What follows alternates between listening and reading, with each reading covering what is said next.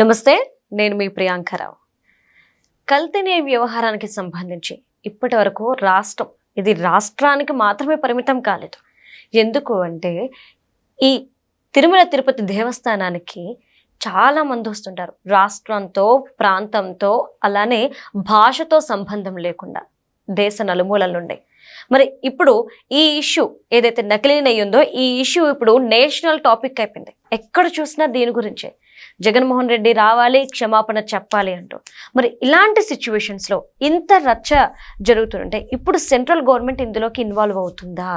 అయ్యి ఈ గొడవకి దీనికి ఒక పుల్ స్టాప్ పెడుతుందా, లేదంటే ఏం చేస్తారో అనేది చూస్తూ ఊరుకుంటుందా? ఇప్పుడు ఇలాంటి క్వశ్చన్స్ రేజ్ అవుతున్నాయి. ఎందుకంటే ఇప్పటికొచ్చి సెంట్రల్ గవర్నమెంట్ తరపు నుండి ఒక్కరు కూడా మీడియా ముందుకు వచ్చి దీని గురించి మాట్లాడింది లేదు. కాబట్టి మరి ఏంటి సెంట్రల్ గవర్నమెంట్ యొక్క వే ఏంటి, ఏ స్టెప్ తీసుకోబోతుంది అనేది ఇప్పుడు ఒక పెద్ద క్వశ్చన్ మార్క్. మరి దీని గురించి ఈరోజు డిస్కస్ చేద్దాం. మనతో మాట్లాడడానికి సీనియర్ జర్నలిస్ట్ సిఎస్ రావు గారు ఉన్నారు.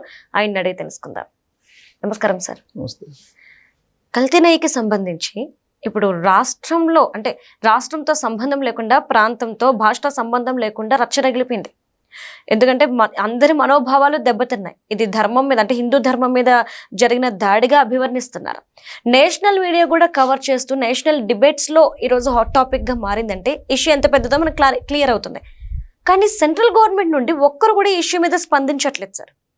ఇప్పుడు ప్రజల్లో ఒక అనుమానం కలుగుతుంది, అసలు సెంట్రల్ గవర్నమెంట్ ఏం చేస్తుంది అంటే చూస్తూ ఏం చేసుకుంటారులే అని చూస్తుందా, లేదు అంటే సరైన టైంలో ఎంట్రీ ఇచ్చి సరైన డెసిషన్ తీసుకొని శిక్ష పడేలా చేస్తుందా, ఏంటి వాళ్ళ యొక్క స్టెప్ అనేది మీ పాయింట్ ఆఫ్ వ్యూలో ఏంటి? సో కేంద్ర ప్రభుత్వం ఖచ్చితంగా సరైనటువంటి సమయంలో సరైనటువంటి నిర్ణయం తీసుకోవడానికి అవకాశం ఉంది అని చెప్పడానికి కొన్ని ఉదాహరణలను మనం కోట్ చేసుకోవచ్చు. ఏంటంటే ఇటీవల కాలంలో లోకేష్ గారు ఢిల్లీ వెళ్ళారు, అమిత్ షా గారిని కలిశారు. అమిత్ షా గారిని కలిసి వచ్చిన తర్వాత జరిగినటువంటి కీలక పరిణామం ఏంటి? 3 పార్టీలకు సంబంధించినటువంటి అధినేతలు ఆంధ్రప్రదేశ్లో ప్రెస్ మీట్ పెట్టారు. ప్రెస్ మీట్ పెట్టి అసలు ఏం జరిగింది అనేది ఆ రిపోర్టులతో సహా మాట్లాడి సమాజాన్ని చైతన్యపరిచేటువంటి ప్రయత్నం చేశారు. అంటే లోకేష్ గారు ఢిల్లీ వెళ్ళొచ్చిన తర్వాత జరిగినటువంటి పరిణామమే కదా ఇది. అంతే కదా. అంటే ఖచ్చితంగా దీనికి ఒక లాజికల్ కంక్లూజన్ తీసుకొచ్చేటువంటి ప్రయత్నం కేంద్ర ప్రభుత్వం చేయబోతుంది అంటానికి బలమైనటువంటి సంకేతం కదా ఇది. రెండో పాయింట్, నేషనల్ మీడియాలో ఇది జరిగి సిబిఐ రిపోర్ట్ ఇచ్చి దాదాపు 10 రోజులు అవుతుంది. నేషనల్ మీడియాలో నిన్నటి నుంచి హోరెత్తుతుంది ఇష్యూ. నేషనల్ మీడియాలో అంత పెద్ద ఎత్తున హోరెత్తుతుందని అంటే ఇప్పుడు కనుక ఈ ఇన్సిడెంట్లో కనుక ఖచ్చితంగా కేంద్ర ప్రభుత్వం జోక్యం చేసుకొని దీని లాజికల్ కంక్లూజన్లు తీసుకురాకపోతే దేశవ్యాప్తంగా బీజేపీ పార్టీకి నష్టం జరిగే అవకాశం ఉంది. ఎందుకనంటే హిందువులని వాళ్ళు ఓట్ల రూపంలో ఉపయోగించుకుంటున్నారా, లేదంటే హిందూ మతం మీద వాళ్ళు ఆధిపత్యం కోసం ప్రయత్నిస్తున్నారా అనేది పక్కన పెడితే, అంటే హిందూ మతాన్ని వీళ్ళే నడిపిస్తున్నారా, లేదంటే హిందూ మతాన్ని ఉపయోగించుకుని వీళ్ళు రాజకీయంగా ఎదుగుతున్నారా అనేటువంటి చర్చ ఒకటి నడుస్తుంది. ఆ చర్చ పక్కన పెడితే ఇప్పుడు హిందూ ధర్మాన్ని, సనాతన ధర్మాన్ని నమ్ముకొని రాజకీయాలు చేస్తుంది ఎవరు? బీజేపీ కదా. ఇది అందరికీ తెలిసినటువంటి విషయమే కదా. ఇప్పుడు ఈ ఇష్యూలో కనుక జోక్యం చేసుకోకపోతే ఇప్పుడు వరకు ఏదైతే బీజేపీ రాజకీయం చేస్తూ ఎదిగొచ్చిందో, దేన్ని నమ్ముకొని అయితే ప్రధానాస్త్రంగా చేసుకొని రాజకీయాలు చేస్తుందో అది బలహీనపడే అవకాశం ఉంది. ప్రపంచ ఆధ్యాత్మిక కేంద్రం తిరుమల, ఆ తిరుమలలో జరుగుతున్నటువంటి దాని మీద మీరు లాజికల్ కంక్లూజన్ తీసుకురాకుండా జగన్మోహన్ రెడ్డి గారి కేసుల్లో ఏ విధంగా అయితే చేస్తూ ఉన్నారో అదే తరహాలో చేస్తే మీ మూల ఆలోచన ఏదైతే ఉందో, మీ పార్టీకి వెన్నుముక లాంటి అంశం ఏదైతే ఉందో ఆ అంశం బలహీనపడే అవకాశం ఉంది. అఫ్కోర్స్ దీంట్లో నార్త్ వాళ్ళు ఉండొచ్చు, ఏది జైళ్ళు నార్త్ వాళ్ళు ఉండొచ్చు, రసాయనాలు అందించినటువంటి వాళ్ళు, లేదా సుగంధ ద్రవ్యాలు పంపించిన వాళ్ళు ఢిల్లీకి సంబంధించినటువంటి మార్వాడీలు అయి ఉండొచ్చు. కానీ ఈ ఇష్యూలో లాజికల్ కంక్లూజన్ తీసుకొచ్చి ఎవరైతే సూత్రధారులు ఉన్నారు, పాత్రధారుల్ని పట్టుకున్నారు, జైలును పట్టుకున్నారు, చిన్నప్పను పట్టుకున్నారు, చిన్నప్పనని, తర్వాత తిరుచానూరులో ఈ కంటైనర్లు పంపించినటువంటి వాచ్మెన్ను పట్టుకున్నారు. కానీ మీరు ఎవరిని పట్టుకోవాలి? సూత్రధారులను పట్టుకోవాలి. సూత్రధారులే కదా పాత్రధారులను తయారు చేసింది.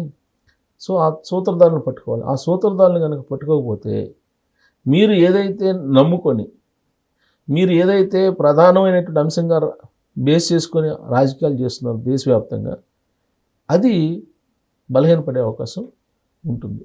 కాబట్టి బీజేపీ ఢిల్లీ పెద్దలు ఖచ్చితంగా ఈ విషయంలో జోక్యం అనివార్యంగా చేసుకోవాల్సిన పరిస్థితి ఏర్పడింది ఇప్పుడు.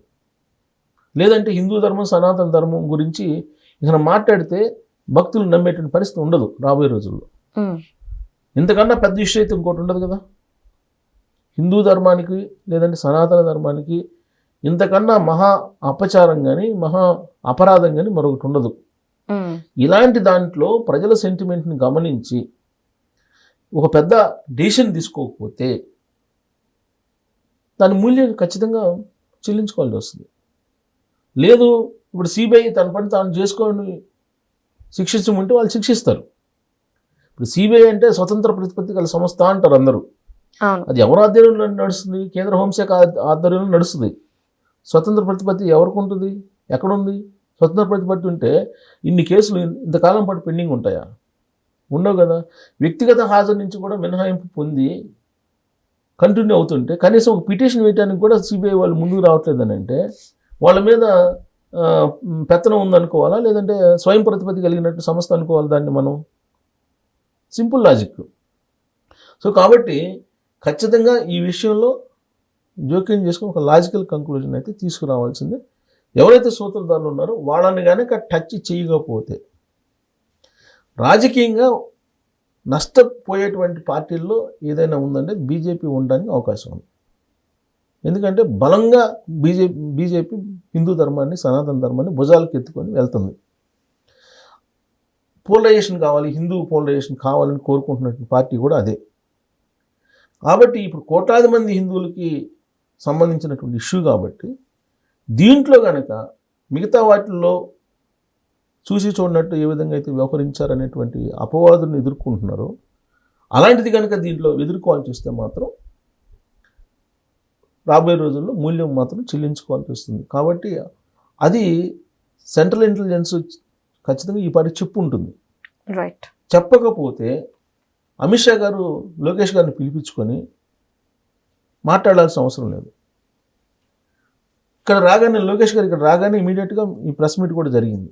అంటే దాన్ని క్లియర్ కట్గా ఒక లాజికల్ కంక్లూజన్కి తీసుకురావడానికి ఢిల్లీ పెద్దలు, కేంద్ర ప్రభుత్వం అబ్జర్వ్ చేస్తుందని చెప్పేసి అనుకోవడానికి ఛాన్సెస్ ఉన్నాయి. ఇంకోటి ఏంటంటే పార్లమెంట్లో ఇదే అంశం మీద మాట్లాడడానికి ప్రయత్నం చేశారు వైఎస్ఆర్ కాంగ్రెస్ పార్టీకి సంబంధించినటువంటి ఎంపీలు. వాళ్ళకి అవకాశం ఇలా మాట్లాడటానికి. తర్వాత వాళ్ళు ఏదో ప్లే కార్డులు పట్టుకుని ఒకరోజు ఏదో ప్లాకార్డులు పట్టుకుని ఏదో ఒక అరగంట 10 నిమిషాల్లో ప్లాకార్డులు ప్రదర్శించారు తప్పితే అందుకన్నా వాయిస్ పార్లమెంట్లో వినిపించలేదు. ఎందుకు వినిపించలేదు? ఈ సున్నితమైన అంశం, అక్కడ ఏం జరిగిందో తెలుసు కేంద్ర ప్రభుత్వానికి. కాబట్టి టైం తీసుకొని సరైన సమయంలో సరైన నిర్ణయం ఖచ్చితంగా తీసుకుంటుంది కేంద్ర ప్రభుత్వం అనేది తెలుసు. ఎవరికి తెలుసు? ఆ రోజు 2019 నుంచి 2024 మధ్య అధికారంలో ఉన్న పెద్దలకు కూడా తెలుసు, రాష్ట్రంలో వాళ్ళకి. కాబట్టి దాన్ని ఎక్కువ చేస్తే నష్టపోతామని తెలిసే కుల ప్రాతిపదికన ఇప్పుడు ఈ ఇష్యూని డైవర్ట్ చేస్తున్నారు. కులాలకి వైపు నుంచి డైవర్ట్ చేస్తున్నారు. మీరు స్టిక్ ఆన్ అవ్వండి, కల్తీ జరిగిందా లేదా, దీని మీద స్టిక్ ఆన్ అవ్వండి, మాట్లాడండి, దీని మీద ధర్నాలు చేయండి, దీని మీద ర్యాలీలు చేయండి. మళ్ళీ మీరు కులకోణం ఎందుకు తీసుకొస్తున్నారు? అంబటి రాంబాబు గారి ఇంటికి ధర్నాలు, తర్వాత జోగి రమేష్ గారి ఇంటికి ధర్నాలు చేయటం, కులకోణం నుంచి తీసుకొచ్చి డైవర్షన్ ఎందుకు చేస్తున్నారు?